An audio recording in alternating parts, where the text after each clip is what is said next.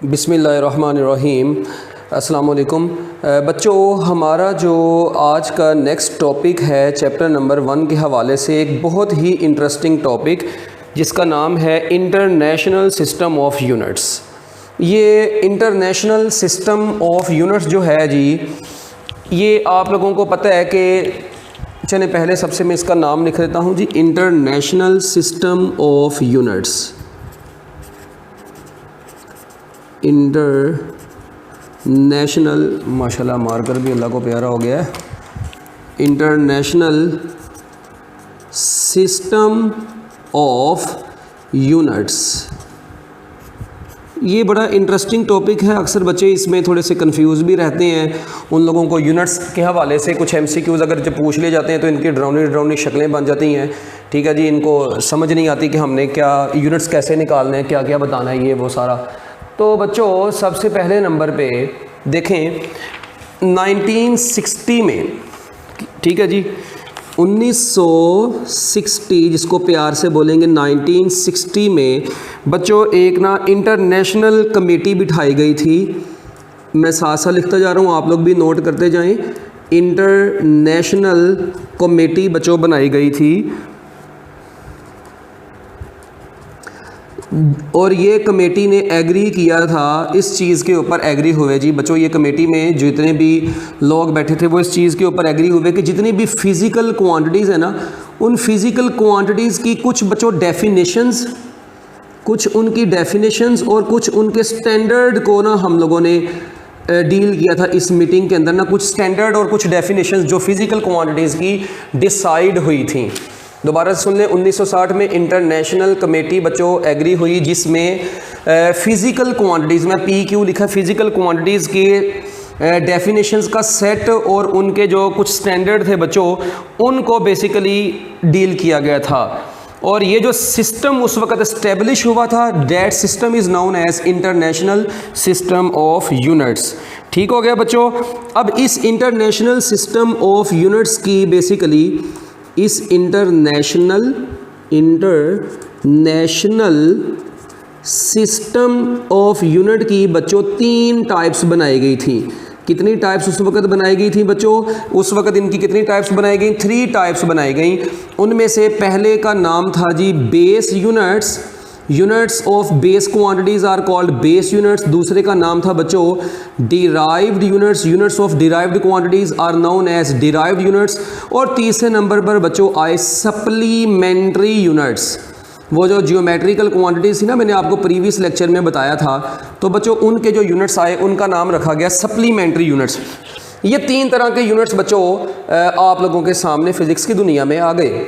अब इन यूनिट्स को हम लोग कैसे एक्सप्लेन करते हैं, इनको अब हम लोगों ने ज़रा बारी बारी बड़े अच्छे तरीके से बच्चों गौर से ध्यान से समझना है। तो सबसे पहले तो आपको दोबारा से सुन लें, SI सिस्टम क्या है जी? इंटरनेशनल सिस्टम ऑफ यूनिट्स जो SI सिस्टम है, ये सिस्टम इंटरनेशनल बच्चों, इसकी टोटल 3 टाइप्स हैं। ठीक है, और 1960 के अंदर इसको बच्चों मुतारिफ़ करवाया गया था। ठीक है, अब इसमें हम लोग सबसे पहले डील करने जा रहे हैं प्यारे बच्चों बेस यूनिट्स को। किनको डील करने जा रहे हैं? Base units. अब बेस यूनिट्स क्या होते हैं? Units of base quantities, obvious सी बात है। Number 1, units of base quantities are called base units. ओ हर छीदे मीदे को पता है यार इस चीज़ का। ठीक है, अब बेस क्वांटिटीज़ टोटल बच्चों कितनी थी? 7 थी। अगर आप लोगों को याद हो कौन कौन सी थी? एक थी लेंथ, मैं लिख देता हूँ पूरी। एक थी बच्चों मैस, एक था प्यारे बच्चों टाइम, एक था जी इलेक्ट्रिक करंट है। फिर बच्चों उसके बाद टेम्परेचर, उसके बाद luminous intensity,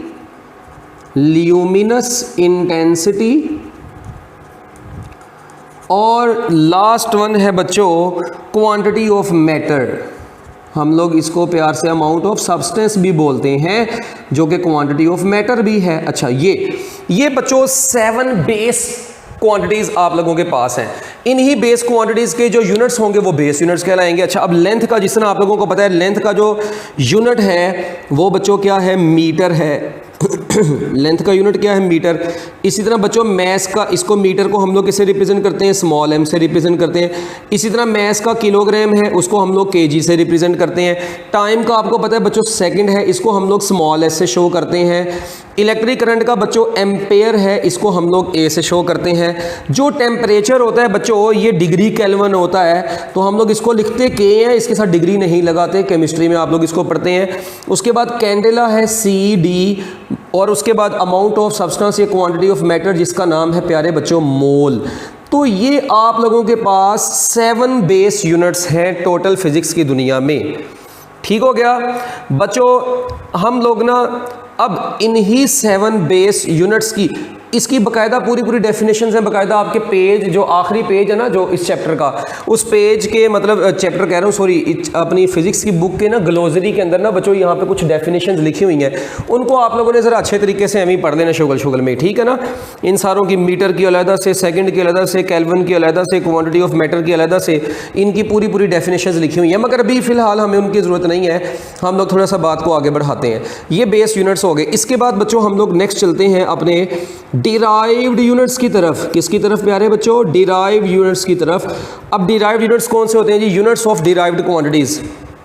number 1 units of derived quantities.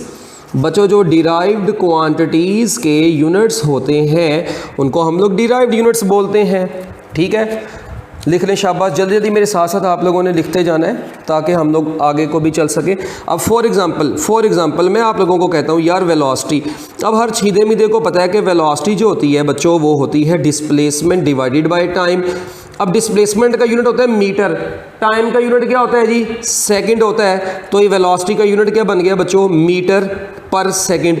इसी तरह बच्चों मैं आप लोगों को कहता हूँ जी चलें जी एक्सेलरेशन के यूनिट बनाएं, तो आप लोग कहेंगे जी एक्सेलरेशन बराबर होता है वेलोसिटी ओवर टाइम, ठीक है, time rate of change of velocity. अब वेलोसिटी का यूनिट क्या होता है आपको पता है प्यारे बच्चों, वेलोसिटी का यूनिट होता है मीटर पर सेकंड। नीचे आया सेकंड, ये ऊपर गया तो ये क्या बन गया, मीटर पर सेकंड का स्क्वायर। तो ये आप लोगों के पास एक्सेलरेशन का यूनिट आ गया। इसका मतलब एक्सेलरेशन का ऐसा यूनिट क्या है, metre per second square. Velocity का ऐसा यूनिट क्या है, मीटर पर सेकंड। तो ये वेलोसिटी भी डिराइव्ड क्वांटिटी है, एक्सेलरेशन भी डिराइव्ड क्वांटिटी है। तो बच्चों जो बेस क्वांटिटी से मिलकर बनती है उन्हीं को हम लोग बेसिकली क्या बोलते होते हैं, डिराइव्ड क्वांटिटीज बोलते हैं। तो ये डिराइव्ड यूनिट्स हैं, ठीक है। अच्छा, इसी तरह अब मैं आप लोगों को एक और इसकी एग्जांपल देता हूँ। बहुत सारी एग्जांपल्स हैं फिजिक्स की दुनिया में, हम लोग तो सिर्फ अभी कुछ पढ़ रहे हैं। अच्छा, अगर मैं आपको कहता हूँ जी इसी तरह फोर्स है, what are the derived units of force. अब फोर्स का पहले सबसे जिसके भी आपने यूनिट्स निकालने हैं उसका चुप करके क्या लिख लें बच्चों, फार्मूला लिख लें। F इज इक्वल टू, आपको पता है फोर्स ने क्या किया हुआ है, फोर्स ने ma किया हुआ है, ये बेचारी ma करके बैठी हुई है। तो बच्चों देखिए अब मैस का यूनिट क्या होता है, किलोग्राम। एक्सेलरेशन का क्या होता है, मीटर पर सेकंड स्क्वायर। तो ये बन गया kilogram metre per second square, जिसको हम लोग क्या बोलते हैं, न्यूटन बोलते हैं। नाम इसका न्यूटन है और इसका सिंबल बच्चों कैपिटल N से शो किया जाता है न्यूटन को, ठीक है। ये आप लोगों को अच्छे तरीके से पता होना चाहिए। इसके बाद हम लोग फोर्स के अलावा बच्चों वर्क डन को पढ़ते हैं। किसको पढ़ते हैं, वर्क डन। अब मुझे बताएं वर्क का फार्मूला क्या होता है, वर्क डन। तो बच्चों वर्क का फार्मूला होता है फोर्स इनटू डिस्प्लेसमेंट। तो आप मुझे बताएं फोर्स के यूनिट क्या होते हैं। हर छीदे मीदे को पता है जी फोर्स होती है kilogram metre per second square, और डिस्प्लेसमेंट का यूनिट है मीटर। तो ये जब मल्टीप्लाई होंगे किलोग्राम मीटर स्क्वायर पर स्क्वायर सेकंड बन जाएगा, जिसको हम लोग बच्चों क्या बोलते हैं, जाउल बोलते हैं। क्या बोलते हैं बच्चों, जाउल बोलते हैं, और इसको कैपिटल J से रिप्रेजेंट करते हैं। और मैं ये भी कह सकता हूँ कि ये जो जाउल है देखें, ये इसको मैं ऐसे भी लिख सकता हूँ, ये न्यूटन ये मीटर, तो it can also be written as newton metre. तो बच्चों जाउल की जगह पर हम लोग न्यूटन मीटर भी लिख सकते हैं। तो ये भी इसका यूनिट आ गया। इसके बाद वर्क के बाद बच्चों आप लोग पढ़ते हैं पावर। अब पावर जो है इसका वर्क, इसका अपना यूनिट कैसे निकालते हैं, पावर का फार्मूला होता है वर्क ओवर टाइम, ठीक है। अब देखें वर्क ओवर टाइम है तो वर्क की यूनिट क्या है, किलोग्राम मीटर स्क्वायर पर स्क्वायर सेकंड, और टाइम की यूनिट क्या है, सेकंड। ये ऊपर गया तो क्या बन गया, किलोग्राम मीटर स्क्वायर पर क्यूबिक सेकंड बन गया। और बच्चों इसी को हम लोग प्यार से W से भी रिप्रेजेंट करते हैं, और इसको बोलते क्या हैं, वॉट बोलते हैं। और मैं ये भी कह सकता हूँ कि ये जो वाट होता है बच्चों, या ये देखें ये पूरे कैलकुलेट करके आया ना, तो इसको मैं ऐसे भी तो लिख सकता हूँ जाउल ऊपर सेकंड नीचे, तो बच्चों मैं इसी को जाउल पर सेकंड भी बोल सकता हूँ। तो watt is also equal to joule per second. तो ये छोटे छोटे यूनिट्स हैं जो कि आप लोगों को बड़े अच्छे तरीके से पता होने चाहिए, इसमें आप लोगों ने किसी किस्म की कोई गड़बड़ नहीं करनी। इसी तरह बच्चों अगर मैं आपको कहता हूँ जी प्रेशर, अब प्रेशर के यूनिट क्या होते हैं? अब हर छीदे मीदे को पता है यार, प्रेशर होता है फोर्स ओवर एरिया। क्या होता है? Force over area. तो अब मेरी बात सुने, फोर्स के यूनिट क्या होते हैं? फोर्स के यूनिट लिखें kilogram metre per second square, और एरिया का होता है मीटर स्क्वायर। ये 1 मीटर इससे कट गया तो एक वाला मीटर ऊपर बच गया, यानी 1 मीटर ऊपर चला गया, तो kilogram per metre per second square, जिसको प्यार से हम लोग पास्कल भी बोलते हैं और या पास्कल भी बोलते हैं, या बच्चों इसको मैं अब ऐसे भी लिख सकता हूं, देखें पास्कल ये डायरेक्ट किसके बराबर होगा? Newton over metre square. इसी तरह इसको मैं न्यूटन पर स्क्वायर मीटर भी लिख सकता हूं। तो ये छोटी छोटी चीज़ें हैं जिससे बच्चे कंफ्यूज हो जाते हैं। आप लोगों ने कंफ्यूज नहीं होना, आप लोग बहुत अच्छे बच्चे हैं। इसके बाद आगे चलते हैं बच्चों, प्रेशर हो गया, वर्क हो गया, पावर होगी, फोर्स हो गया। अच्छा, इलेक्ट्रिक चार्ज। अब चार्ज जो है, अब अक्सर बच्चे ना यहाँ पे घबरा जाते हैं। इलेक्ट्रिक चार्ज, मैंने ना एक मरतबा बच्चों से पूछा जी बताएं इलेक्ट्रिक चार्ज कौन सी क्वांटिटी है? बेस क्वांटिटी है, डिराइव्ड? हर छीदे मीदे ने कहा जी इसको ये है जी बेस क्वांटिटी। अरे वो गुंगो, वो इलेक्ट्रिक करंट बेस क्वांटिटी है, इलेक्ट्रिक चार्ज बेस क्वांटिटी नहीं है। इलेक्ट्रिक चार्ज होता है वो आई.टी के बराबर होता है। किसके बराबर होता है? आई.टी के बराबर होता है। तो अब मेरी बात सुने, मैं यहाँ पर फिर ये कह सकता हूँ कि आई होता है एम्पेयर, टी होता है सेकंड, तो ampere second which is equal to coulomb, जिसको हम लोग प्यार से बच्चों क्या बोलते हैं? कूलम्ब बोलते हैं। तो ये आप लोगों ने याद रखना है, electric charge is not a base quantity, it is a derived unit. ये यूनिट है, कूलम्ब यूनिट है, और इलेक्ट्रिक चार्ज जो है वो एक डिराइव्ड क्वांटिटी है। मैंने फिर बता रहा हूँ बच्चे, इससे ना अक्सर औकात जो है ना वो घूम जाते हैं, ठीक है? तो आप लोगों ने इसमें बिल्कुल भी अब परेशान नहीं होना। इसी तरह बच्चों आप लोगों से अगर मैं पूछ लूँ जी बताएं मुझे डेंसिटी के यूनिट क्या होते हैं, तो डेंसिटी आपको पता है किलोग्राम ओवर मीटर क्यूब होती है। चलिए लिख लेते हैं, डेंसिटी है, डेंसिटी। ये देखो ज़रा बच्चों, डेंसिटी का फार्मूला होता है मैस डिवाइडेड बाय वॉल्यूम। अब मैस का यूनिट आप लोगों को पता है, मैस का यूनिट होता है किलोग्राम और वॉल्यूम का यूनिट होता है मीटर क्यूब। तो ये बन गया किलोग्राम पर क्यूबिक मीटर। तो बच्चों जिस भी आपने फिजिकल क्वांटिटी के अब यूनिट्स निकालने हो, जस्ट आप लोग क्या काम करें, उसका फार्मूला लिखें और उसमें यूनिट्स पुट करें और ज़िंदगी में सुकून हासिल करें। अब इसी तरह बच्चों यहाँ पर इसका मतलब मैं कह सकता हूँ कि बताएं जी फिजिक्स की दुनिया में बेस यूनिट्स टोटल कितने हैं? तो आप लोग कहेंगे बच्चों फिजिक्स की दुनिया में बेस यूनिट्स टोटल जो हैं वो 7 हैं। डिराइव्ड यूनिट्स कितने हैं? बहुत ज़्यादा हैं तादाद में। और जो यानी सप्लीमेंट्री यूनिट्स 2 हैं, डिराइव्ड यूनिट्स मैनी, और बेस यूनिट्स कितने हैं बच्चों? 7 है। वेरी वेरी इंपॉर्टेंट एमसीक्यूज, ये भी बड़े इंपॉर्टेंट एमसीक्यूज हैं। दोनों अक्सर औकात पेपर में मुंह उठा के आ जाते हैं, जैसे आप लोगों ने मुंह उठा के जाना होता है, ठीक है? इसके बाद बच्चों ये हो गया। अब एमसीक्यू है कुछ यहाँ पर ना, मैं आप लोगों से पूछता हूँ, मैं आपसे कहता हूँ जी चलें जी मुझे बताएं कि SI unit in terms of base units. ये देखें, SI base unit of pressure is. अब देखें कितना इंटरेस्टिंग एमसीक्यू है। Option A, B, C, D, ये लें। एक ऑप्शन लिख देते हैं जी kilogram per metre per second square, दूसरी लिख देते हैं पास्कल, तीसरी बच्चों लिख देते हैं न्यूटन पर स्क्वायर मीटर, और डेल्टा लिख देते हैं ऑल ऑफ दीज। हाँ जी, अब आंसर बताएं। अब अक्सर बच्चे ना इस वक्त अपने दिमागों में बैठे हुए हैं, कहते हैं ऐसा यूनिट की बात हो गई है तो ये तो आंसर ऑल ऑफ दीज बन जाएगा, है ना? जबकि इसका आंसर ऐसे नहीं निकालना आप लोगों ने। उसने क्वेश्चन में आपसे पूछा है जी एसआई बेस यूनिट है। बेस यूनिट बच्चों किलोग्राम मीटर और सेकंड की फॉर्म में हुआ करेगा। तो बच्चों यहाँ पर base unit kilogram metre second की फॉर्म में एक ही ऑप्शन लिखी नजर आ रही है, तो लिहाजा इसका SI unit in terms of base units क्या बनेगा बच्चों? तो इसका आंसर होगा अल्फा। और अगर वो इसी में से बेस यूनिट का लफ्ज खत्म कर दे क्वेश्चन में से, तो बच्चों अगर बेस यूनिट का लफ्ज खत्म हो जाए, एसआई यूनिट अकेला पूछे एसआई यूनिट ऑफ प्रेशर, तो बच्चों फिर इसका आंसर ऑल ऑफ दीज होगा। ये अक्सर बच्चे यहाँ पर कंफ्यूज होते हैं, ये मैंने आप लोगों को बड़ा इंपॉर्टेंट एमसीक्यू बता दिया है, ठीक है? इसके बाद एक और एमसीक्यू भी है जी यहाँ पर, ये देखें ज़रा, एक और एमसीक्यू भी है जो कि मैं आप लोगों से पूछने जा रहा हूँ। देखते हैं कितने बच्चे आंसर देंगे गलत। ये देखें ज़रा, अगर मैं आप लोगों से कहता हूँ बताएं जी which of the following which of following, WOF मैंने लिख लिया बच्चों, इज़, ओहो इसको चले इसी से लिख देता हूँ, विच of the following is not a physical quantity. कहता है जी बताएं इनमें से कौन सी ऐसी चीज़ है जो फिजिकल क्वांटिटी नहीं है। विच of the following is not a physical quantity. ठीक है, अब ऑप्शन सुने बच्चों, मैस, डेंसिटी, फिर चार्ली ऑप्शन लिखें बच्चों, प्लेन एंगल, और बच्चों डेल्टा ऑप्शन लिख लें सेकंड। चलें अब आंसर बताएं। अब ना यहाँ पर कुछ बच्चे तो बड़े हो जाएंगे कंफ्यूज। मैंने पूछा विच of the following is not a physical quantity, कहते हैं बताएं इनमें से कौन सी ऐसी चीज़ है जो फिजिकल क्वांटिटी नहीं है। ओ बच्चों मैस तो फिजिकल क्वांटिटी है, डेंसिटी भी फिजिकल क्वांटिटी है। अच्छा अब प्लेन एंगल भी फिजिकल क्वांटिटी है और ये सप्लीमेंट्री में आती है। Second is not a physical quantity, it is actually a unit. अब अक्सर बच्चे ना कहते हैं एमसीक्यू ही गलत है, चर्सी लोगो second is unit, it is not a physical quantity. तो इस तरह के छोटे छोटे एमसीक्यूज होते हैं। मैंने आपको बार बार बता रहा हूँ, जो बच्चे यहाँ पर पेपर में ना बैठ के मुंह उठा के गलत करके आए थे चर्सी लोग, ये तो ये आप लोगों ने अच्छे तरीके से अपने माइंड्स के अंदर रखना है। ठीक है बच्चों, इसके बाद ये डिराइव्ड यूनिट्स भी हो गए। इसके बाद अब हम लोग अपने असल यूनिट्स की तरफ चलते हैं जिनका कॉन्सेप्ट बड़ा ही मज़ेदार है, सप्लीमेंट्री यूनिट्स। बच्चों यूनिट्स ऑफ सप्लीमेंट्री क्वांटिटीज़। ठीक है जी, जो सप्लीमेंट्री क्वांटिटीज़ होती हैं उनके यूनिट्स को बेसिकली हम लोग क्या बोलते हैं, सप्लीमेंट्री यूनिट्स बोलते हैं। ठीक हो गया। अब ये सप्लीमेंट्री यूनिट्स को हम लोग किस तरीके से एक्सप्लेन करेंगे, ज़रा आप लोगों ने अच्छे तरीके से गौर से समझना है। The units which are neither base units nor derived units, पहले लाइन लिख लें, the units which are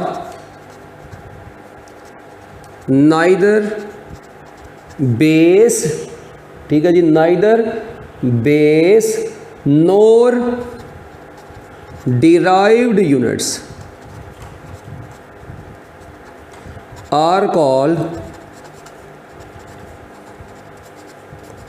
supplementary units. तो बच्चों ऐसे यूनिट्स का हम लोगों ने फिजिक्स की दुनिया में क्या नाम रखा हुआ है, सप्लीमेंट्री यूनिट्स। ये दो तरह के होते हैं, ये दो होते हैं, इसकी दो तरह की टाइप्स होती हैं बच्चों सप्लीमेंट्री यूनिट्स। ठीक है जी, एक होता है रेडियन, सप्लीमेंट्री यूनिट्स दो हैं, एक है रेडियन और दूसरा बच्चों क्या है, स्टीरेडियन। अच्छा ये तो मान लिया। अब रेडियन जो है ये यूनिट ऑफ किसका है, it is unit of plane angle, ये प्लेन एंगल का यूनिट है। जबकि स्टीरेडियन किसका यूनिट होगा प्यारे बच्चों, यूनिट ऑफ सॉलिड एंगल होगा। ये यूनिट ऑफ सॉलिड एंगल हुआ करेगा और ये यूनिट ऑफ प्लेन एंगल हुआ करेगा। ठीक है, अब यहाँ पर एक चीज़ और, प्लेन एंगल जो होगा बच्चों ये हमेशा 2 डायमेंशनल हुआ करेगा और सॉलिड एंगल हमेशा 3 डायमेंशनल हुआ करेगा। ये यूजुअली किस में बना करेगा बच्चों, सर्कल में बना करेगा, और ये बच्चों किस में बना करेगा, ये बना करेगा जी स्फीयर में। तो ये आप लोगों ने याद रखना है, सॉलिड एंगल और प्लेन एंगल। और फिर आखिर में चलते चलते मैं आपको ये बात बताऊंगा, रेडियन का जो सिंबल होता है वो RAD होता है और स्टीरेडियन का जो बच्चों सिंबल होता है वो SR होता है। ठीक है, इसको ज़रा जल्दी जल्दी आप लोग अच्छे तरीके से नोट करें ताकि हम लोग फिर बात को आगे बढ़ाएं। अब ये सप्लीमेंट्री यूनिट्स बारी बारी थोड़ा सा हम लोग ना इनको देखेंगे, रेडियन को और स्टीरेडियन को। देखें मेरा ख्याल अगले पेज पर चल लेते हैं, इसको नोट कर लें, शाबाश, जल्दी जल्दी जल्दी जल्दी जल्दी जल्दी जल्दी जल्दी जल्दी जल्दी नोट करो चर्सी लोगो। चलो लो जी, चल भाई टिक जा, क्या हो गया तेरे को।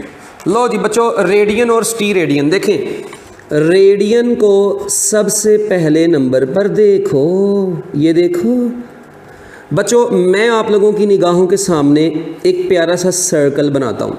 मैं आपको कहता हूँ यार सर्कल के ऊपर आपको पता है कोई से भी 2 पॉइंट्स के दरमियान का जो डिस्टेंस होता है ना AB, इसको बेसिकली आर्क लेंथ बोलते हैं। अब ये आर्क लेंथ इस वक्त सर्कल के सेंटर पर कोई एंगल बना रही है, बिल्कुल ये एंगल बना रही है, ये लेंथ आर्क लेंथ AB। अब मुझे ये बताएं बच्चों, ये जो आर्क लेंथ है ये सर्कल के सेंटर पर इस वक्त एक पर्टिकुलर क्या बना रही है, एंगल बना रही है।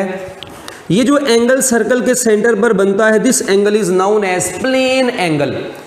ठीक है जी, angle made by the arc at the centre of the circle. ठीक हो गया।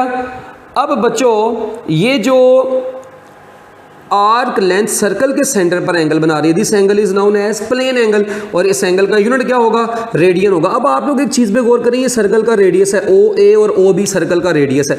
आप लोग देखें आर्क लेंथ अगर छोटी होगी तो यार ये एंगल बनने वाला भी छोटा होगा, आर्क लेंथ बढ़ती जाएगी। देखिए ए से बी के दरमियान ए बी अगर छोटा होगा, आर्क लेंथ छोटी होगी, थीटा भी छोटा होगा। ये आर्क लेंथ जितनी ज़्यादा होगी थीटा भी उतना ज़्यादा। इसका मतलब मैं कह सकता हूँ कि आर्क लेंथ जो है ना बच्चों, वो डायरेक्टली प्रोपोर्शनल है यहाँ पर रेडियस के।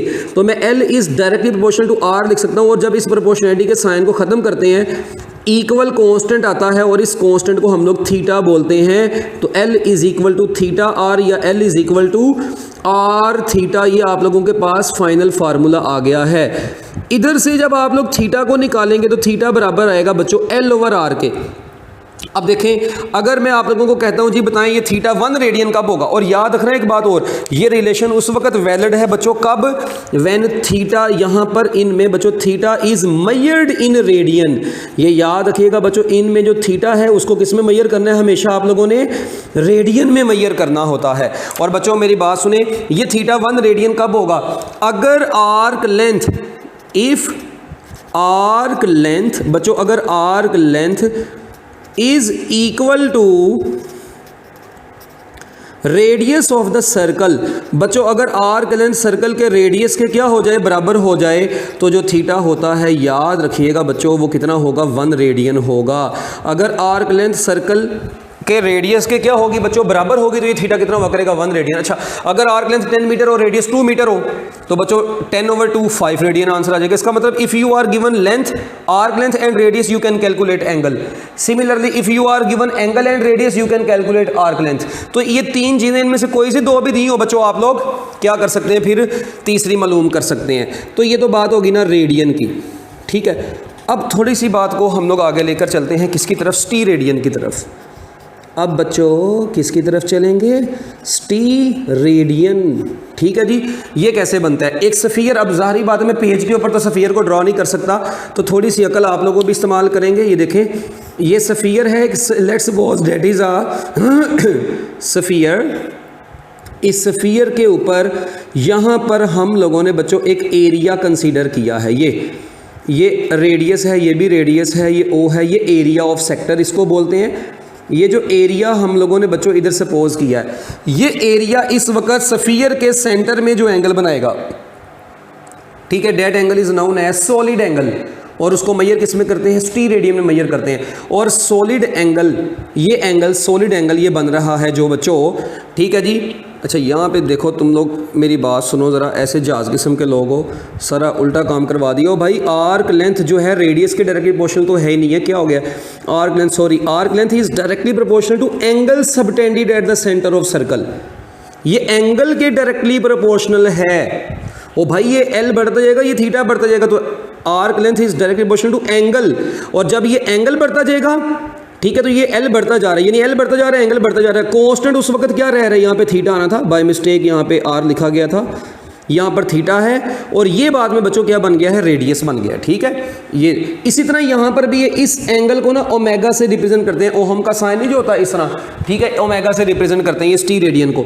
अब ये देखें, ये एरिया जितना ज़्यादा होगा, area of surface of sphere बच्चों, area of surface of sphere जितना ज़्यादा होगा, हम लोग कहेंगे कि angle subtended at the centre of sphere भी उतना क्या होगा, ज़्यादा होगा। इसका मतलब area is directly proportional to angle subtended at the centre of sphere. और जब इस प्रोपोर्शनलिटी के साइन को ख़त्म करते हैं तो यहाँ पर अकेला आर नहीं आता, बल्कि क्योंकि एरिया है लेफ्ट साइड पर, तो राइट साइड पर फिर आर स्क्वायर लगाना हमारी मजबूरी होती है। तो ये A omega is equal to area over are square आ गया। That is the final formula to calculate solid angle.